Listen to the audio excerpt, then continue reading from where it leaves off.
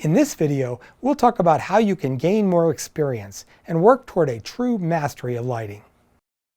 In terms of practical putting yourself in situations, working on a crew is just fantastic. Freelancing is the best training ground in the world because, if you get with a group of people, you can learn from them, and particularly if they're good people, and they know a lot. They know more than you do, and they know things you don't know. They might even learn from you, but you learn from each other. When you're freelancing, typically you go from job to job to job. You're like a, migrant worker. But what's great about that is you learn everything this 5 people know, and then you go over here and learn what these 5 people know, and then you learn what these 10 people know. It's amazing because you learn what everybody knows, and it's just incredible, and you'll start noticing that, well, everybody does this, well, that must be important, and then you say, well, some people do this way and some people do it that way. There must be more than one way to do that. See, it's just really powerful, what you can learn. You also, it's great networking. You get to know people, and if they like what you do, then that can be your ticket to getting work. They like what you're doing. They tell somebody else, hey, you need a whatever, a PA, a grip. This person's great, and then that can be it. You could be working full time just based on getting to know people. It's two-edged sword. If you go in there and, drop somebody's 12K and smash open their whatever, that you may never, you may have to go move to another town to get work. But it's more than just meeting people, but it is a really great networking opportunity. There are directories that I find those to be of, somewhat limited usefulness, but they're not of no usefulness. I mean, you can get the things I've been a part of. You do occasionally get people contacting you through those. It's not like you're gonna get full-time work out of it or anything, but it's better than. It's better than not. In terms of hiring a crew, if you're in a producer kind of a role, or you're the client, and you have a job and you have a budget and you're going to go, okay, go get this done. You're not going to do it yourself, or you're not going to do it all yourself. You could go out and hire a production company, and if you do that, you're going to work with them and tell them what you want, and you're going to be as involved as you want to be, probably. And talk about the creative.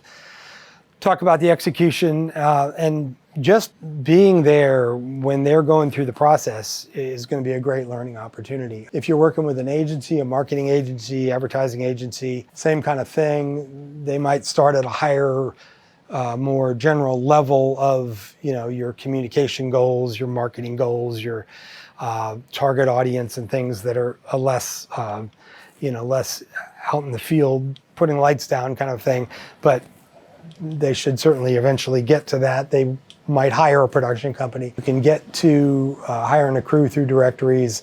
Rental houses can put you in touch with crews. You certainly find people through word of mouth, plenty. Rental houses, these places have like everything, and you have to get it and say, are all the parts here? Check it off. Is it still work? Plug it in. You got to know what it's called, what all the different parts to it are, how they put it in the case, how to plug it in, what it's supposed to do, what the numbers are supposed to read out. You gotta know everything about this stuff, and so it's phenomenal if you work there for a few months and then you go out to work on a job to do lighting. I mean, somebody says, I need that Gemini with a blah, blah, whatever it is they ask for. You know exactly what they're talking about, because you've handled all that stuff, so it's, those jobs, I don't think there's a lot of those jobs. I think they can be kind of hard to get.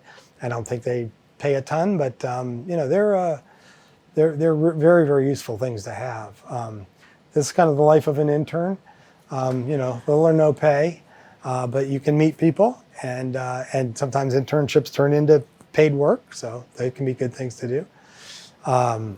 You can volunteer on your friends' projects or whatever. You can build really good relationships. You can strengthen your skills. You get a chance to be creative. You might have a job where you go out and do a company newsletter, and you interview the same executives every, week, and it's very much the same. You're not being creative, and you go out and volunteer for somebody's, independent film they're doing, or short film or something, and maybe you can stretch some muscles that normally, getting to do. There are lots of classes. I've been up taking classes and assisting teaching classes and working on staff at the main workshops, which are really cool. I mean, they're neat. It's a neat place, neat environment. Main media workshops. There are community colleges that have really good hands-on kind of programs. Of course, there's 4-year degrees you can get, but they're like I'm doing here. There are studios that run workshops and things, and there are lots of resources online. So there are a lot of places you can get in and study things on your own. And then in terms of just becoming familiar with equipment, you can always rent stuff and try it out. And that way, if you're thinking you might need something, but you're unfamiliar with it, you're not confident using it, you can rent it and or you can go to a rental house sometimes and just play with it. And that way you know better what you're doing when you need it. And for something that you think it's going to work for you all the time, you can buy it and really get to know it really well that way. And you can buy used stuff and new stuff, and you can trade things. So click on the next video to continue. New videos drop every couple of days. If you like what you see, like and follow us on our social media channels. And everything is downloadable for free on our website, rucciproductions.com.